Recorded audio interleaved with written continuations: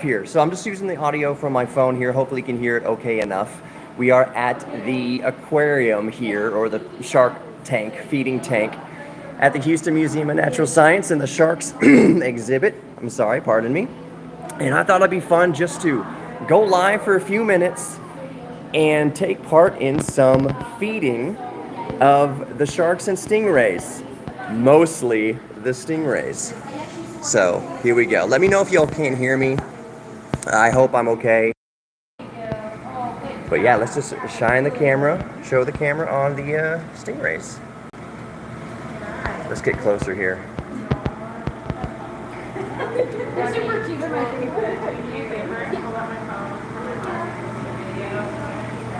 Stephanie's feeding the sharks. Stephanie, what kind of sharks are these? You might have to speak up a little bit since the microphone and the... So we have two different species of bamboo sharks in here, white-spotted bamboo sharks and brown banded bamboo sharks, which they are juveniles, so they're going to get a little bit bigger within this next year. And we've got two male petalets, and then all the stingrays that I'm trying not to step on. So are these the bamboo sharks right here? Yes, so all of the bamboo sharks actually are in this rock formation because I was feeding one in here and they're all like, yes, and so now they're all crowded in there. So I'm trying to feed others outside that rock to get them all out. But you can see one of our brown banded bamboo sharks is up here. As they are, or when they are young, they start out really dark with brown bands, and then as they go through maturity, they start to lighten up and the bands start going away. And then the white spotted bamboo sharks do the opposite. They're very light when they're babies and they start darkening up as they become adults. Cool. And what are you feeding them? Today they are getting shrimp, just little pieces of jumbo shrimp. Cool. So we feed them a wide variety of food about 5 times a week, whether it is fish or squid, scallops, and shrimp, and then we try to add their vitamins on a couple of those days in between feedings. Cool. I'm gonna go look at the rays. And what are they feeding the rays? They are feeding the stingrays the same thing. So they are getting shrimp. We found out that our stingrays pretty much like the same thing that our benthic sharks get because they are mostly all going to be bottom feeders. So they're trying to scrounge around on the bottom of the seafloor, eating scallops, shrimp, and small fish that might be hiding in there. So that makes our job a lot easier, and we're not having to prep 50 million items of food every single morning. Cool. But each individual, just like humans, each individual species of sharks and rays do have their favorite foods and their least favorite foods. So we've done this long enough to where we know, like maybe Bitsy, one of our stingrays, does not like scallops the same way that Marilyn, our other stingray, does. So it's just a matter of finding their favorites and just knowing which individual species favors what food. Cool.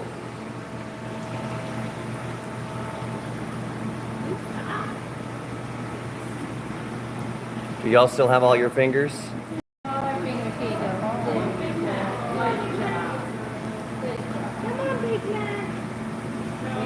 What does it feel like to have a ray bite eating out of your hands? Like a horse, you hold out the carrots and don't bite my fingers. Feels great. Yeah. Little exfoliation of your hand, maybe. They're really soft. They're really soft and they're actually Sure. sweet. You might have to help me out since I'm... Do that and just kind of... Oh boy. Oh boy, I've never done this before. This is live here. You're gonna see my fingers just get bitten off. Oh. Oh, entice them a little bit. Make sure you hold your palm flat, kind of like how you would if you are feeding a cow. I've never fed a cow, so that's not Oh. normal.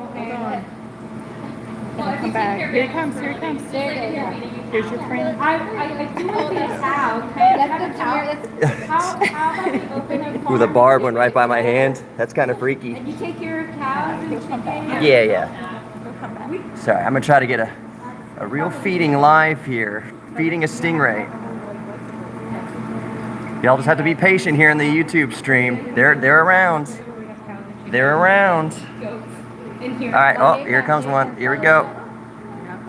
Come on. He's like, I don't understand this hand. There's another one. I haven't smelled this hand yet. I think you can go lower, no? Go lower. Yeah, you can go probably a little bit. When they, Okay. when they come close to you, like, you can move like very gently underneath. Yeah. They might be full now. They're like, stop. Oh yeah. Bessie's coming. She's never All right, let's see. Come on. Come on, Bessie. Just, you can move your hand underneath her mouth. Yeah. When she gets close enough, so like she can. Come on, other way. They really are like puppies. Here we go. Come on. It's one of y'all. Come on. Yeah. I know you were interested, and then I started grabbing at it. Let's see here. Trying to feed a stingray live. Of course, they're gonna get camera shy when I go live. They're around. That's not a stingray, but Like children, they're not going to do it when you want them to do it. exactly. But they'll do it every other time. Well, I've got a 4-year-old. I understand that totally. All right, come on. Raising these animals, I know where to Yeah, I'm gonna scooch over, y'all. Thanks for being patient here on the live stream, as I'm trying to actually feed a stingray. Don't feed him. Okay, let's try this. Which one's this one? And these are pieces of jumbo shrimp, Here correct? We go. Here we go. Come on, Bessie. Right under. Just stick it right under. Come out. Like right under. Right under. I don't. I'll pass it in a minute. Here comes one. Right under their mouth. Oh, Oh, Bessie. come on. Come on, Bessie. She's coming back. She's coming back. Well, she's nibbling my arm. She's like, Let's this is go. different. Shrimp right there. No, don't eat it. When I want to feed it to you. These, Okay. Oh, he's coming. Well, those guys are a little bit more. these bites. It might be your wristband too. That Ow. Yeah, they're a little bit more. Yee, that was aggressive. It might have been your wristband. We usually Yeah. wear jewelry when feeding them, and so that might throw them off a little bit. That's probably what it was. Well, they ate it. That was cool. I'm actually glad I got to feel the nibbles a little bit. It really wasn't that bad. These other guys though, that are used to it, they're real soft. It's real soft. Yeah. But so for anybody who's skittish about feeding a stingray, even if they do bite you, well, the one that bit me was very soft. It really wasn't bad at all. We don't hand feed the sharks for obvious reasons. We just hand feed rays. Yeah, the rays for sure. I mean, a puppy is worse than that. Way worse. Come on, Bessie. You got openings here. There you go, that girl. Just one more ring around that. So here's the second one. I try to give somebody with better luck. Give me a pumpkin. And here you go. There you go. You got it. Maybe I wasn't sweet talking enough. Oh, bye. That's so neat. Again, for those of you just joining us, we're at the Sharks exhibit at the Houston Museum of Natural Science. And it is obviously 8 or so in the morning right now. And we are feeding the rays and the sharks, but mostly the rays at the moment by hand.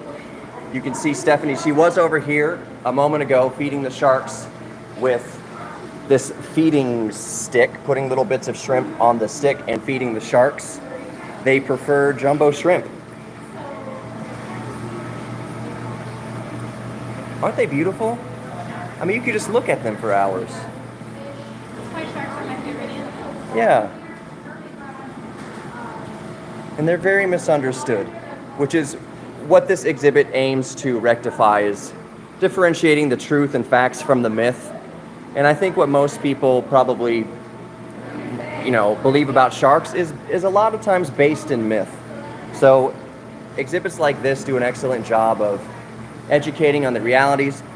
So for instance, I just had my palm bit more or less by a ray. Look, they're coming over here. They think I got something for them. I do, actually. Let's try it again. Here's some shrimp. And maybe I'll give it, well, I'm not going to give it another shot because my wristband was throwing them off. But I may. Do it Sure, yes, yeah. unless you really want to try it. It's easier for you because I'm holding the camera at the same time. Yum, yum, yum, yum, yum. Yum, yum, yum, yum, yum.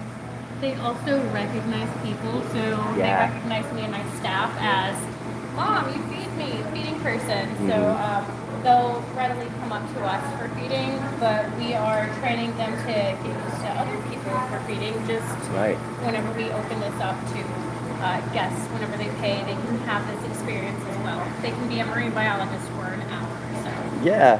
So you heard that. We're gearing up. We're working out the details of public feeding. So if y'all want to come feed rays and sharks yourself, look at me holding out my hand. gesturing. They're coming around now. Stay tuned to the Houston Museum of Natural Science for details on that. I can tell you, it's a really cool experience. I mean, it's a really amazing connection to be able to feed an animal. I mean, we're so used to feeding our dogs, our cats, rabbits maybe, but how many of us feed stingrays? How many of us feed sharks? And you can come to the Houston Museum of Natural Science and do just that. So stay tuned for the details on that. There'll be more information in the future. Like I said, just kind of behind the scenes here, we're working through the training of the staff to understand how to relate to the public in feeding these beautiful creatures. We got some, they are cuties. We finally got some comments coming in. I might roll on this live for 15 to 20 minutes, depending on kind of the activity. I was not planning on going live today, obviously. I kind of just sprung this on y'all, but I came down here to film some things, film some promo. I got an excellent, I'm gonna walk over here real quick. Hope y'all can hear me. Let me know in the comments if you can hear me okay, because I'm just using the microphone built into the phone, and there's lots of pumps, water pumps and things going on. So I just recorded a video about these starfish. I asked Stephanie, is this starfish okay, the way it's kind of limping out of the water like that? And she said, yes, it's more than okay. It's feeding. It's kind of filtering nutrients through the water. You see its little, they're not tentacles. I don't know exactly what they're called. But they're filtering. They're going to grab food and they pull it down to their mouth. So they hang on the surface of the water like that because I don't know if the phone can get the kind of detail, but you should see some particulates and nutrients floating around in the water. And the starfish grab it with those little tubes and they bring it down to their stomach, and that's how they eat. It's really, really, really, really cool. That's how I started my morning, and then went over to feed the stingrays. That is the biggest hermit crab I've ever seen in my life. It's so big. Way bigger than the hermit crabs you used to pick up in Galveston gift shops. There's probably a lot of controversy there, come to think of it, about selling live animals just in a gift shop as if they were jewelry. But nonetheless, so this is a separate tank.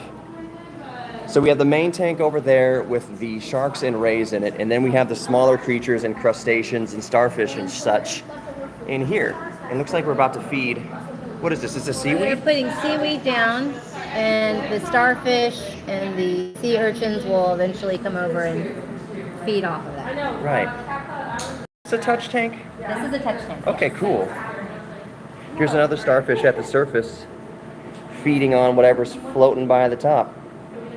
I'm working on that video. I filmed that video in glorious 4K, like macro, so you're going to be able to really see up close at these starfish feeding and skimming off the surface of the water.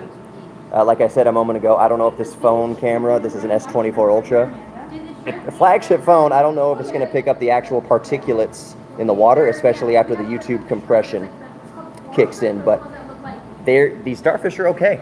They are literally just feeding off of the surface of the water, the nutrients that float by, and we just put in some seaweed because the starfish will also gobble up that seaweed, and the sea urchins and the hermit crab. We have some horseshoe crabs over here too. Here's one of them at least. They're so cute. Ooh. Go on the sea star. The sea star. Should I just put it in just right in his belly? Put it right on his leg. Oh, this is gonna be so cool. All right, let's see what happens. Oh, no. Here's an extra piece. Oh, I got it. But thank you for standing by. Let's see. Here, guys. You got it? You grab it? Will their leg kind of curl in?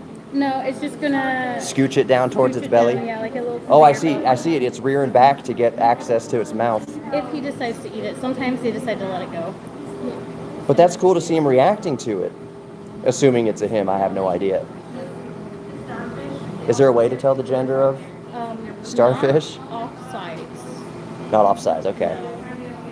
You got to get a And bit more a lot intimate. of starfish or sea stars are hermaphroditic, so they have both sperm and eggs in them. Interesting. I don't know if y'all heard that. Can you repeat that one more time? I'll get the phone a little closer. A lot of sea stars have both genders, so they're hermaphroditic, so they can either release the eggs or the sperm. Some species have either or, but some of them have both. That's awesome. Oh, I think he let it go. Yeah. He said that one wasn't. That one had too much Tabasco on it, so he spit it out. Is Nemo in here? No. What is the name of the snarl? See, look at them all. Is it Darla? All the starfish. Well, a lot of the starfish are up on the side, Stephanie said she'd like to first saying "Feed me," No. Start calling her Darla. just like the rays. Another. So this is actually a decent time to go live in the Shark Tank and the Touch Tank. Because Stephanie, aren't they more active in the morning? Very much so. Yeah. They are all nocturnal animals, but sometimes it's you can kind of change their day-night cycle. And since we're not nocturnal and we don't like being here after the lights go out, we try to get here as early as possible to feed them. And the rays and the sharks have adapted to that, and they know morning time is the best time to be awake and be active and let their little personalities shine. Yeah. So, Stephanie, I know you have children. I have children also. My infant is a little over 4 months old, and he just started to roll over, just like this past week. So I didn't get much sleep last night because he'll roll over to his belly and be like, "Where? What's happening?" It's like, you did it to yourself, dude.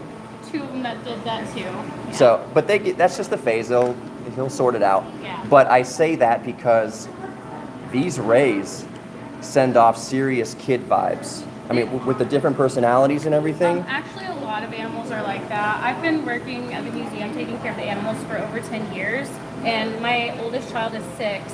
So actually taking care of all of our animals, the snakes, the lizards, some of the mammals, even the sharks and the rays, have actually prepped me and helped me, like pretty much trained me to be a mom, because a lot of the same techniques we use to trick the animals into eating healthy food or give them medicine, you do it with your kids too. Yeah. So they are all like my children pretty much. Look, they see you holding that can of food, all those containers, and they're here, they're flapping, they're, gimme, gimme, gimme. I'm teasing them, yeah. Yeah. But, they know that there's food in there. Yep. I may wrap up this live pretty soon because I hear the vacuums coming in, and I think we've kind of covered the bases. I wasn't. That's not nice. Don't do that to me. So what just happened? He splashed me because I had walked away and he wanted food. So Yeah. They're a little sassy sometimes. In the mornings, especially if it's just me and my staff working here, we do sass back with the animals too. Sass back. Yeah, I've talk seen to the them just sass like back. humans. People might think we're a little crazy if we're in here alone and somebody pops their head in there. They'll see us talking to the animals. Yeah, I've heard it. I didn't say anything because I didn't want to, Make me make seem like you a nervous or crazy person. anything. Yeah. Aren't they beautiful? My kids, they understand, and my husband knows that anyway. And I get it too. You got to be a little crazy to work at a museum. I also take care of the rattlesnakes, so you have to definitely have some sort of craziness in there to do that. You said you have a rattlesnake at home? No, No, I was like, that's here. that's probably illegal if you have it at home, not to mention Yeah, no, dangerous. here. No, here for sure. Where is the rattle? Is it downstairs? Well, we are downstairs. We have some in our animal alcove, which is blocked off to the public, and then we've got some upstairs in our death by natural causes exhibit. Cool. So when we wrap up in shark every morning, we immediately go upstairs to feed those guys. Well, I'm gonna let you feed the rattlesnake. I'll stay away from that. Probably a good idea. I am not qualified to feed rattlesnakes. I can accidentally feed a rattlesnake by being in the wrong place at the wrong time. So, y'all, I think I'm gonna wrap up the live here, Johnny Hamburger. Whoa, whoa! Oh, no, we're not. One more guy. Okay. His name is Majesty. It's the He's eel. our Majesty. ribbon eel. He'll come Oh, out of the that ribbon hole. eel. Yes. All right, we're about to feed the ribbon eel. Currently going after a piece of shrimp he already has. He's such a weight. You gave Where's him he a at? big one. He's in the tunnel. He just grabbed a piece of food, Oh, and so he's okay. eating it. So hopefully he'll come out for a third. In the ton. I see. So that just. How many pieces does he get? He gets either 3 to 4. Okay, smallish so he'll pieces, come for 'cause another. he's- Yeah. Let me try to get around. Sorry, y'all. Oh, He's in there. So there's a little tunnel right here that he likes to go into. And he should come back out pretty soon for some more yummies. I wish I could zoom in better with this. Maybe I can. Ooh, I just learned that you can zoom on a live. That's good to know. Now if I get the stabilization working, that'd be great too. Now he's not. He's like, there's too I'm many camera people. shy. He's camera shy. Of course he's camera shy. You're just very girthy. It's very good. So, ain't fun game. So I'm gonna start Okay. wrapping this up again, and maybe he'll come out as I'm wrapping up. We did film the eel yesterday. I'm trying to get some decent light here, so I'll see if I can upload that footage.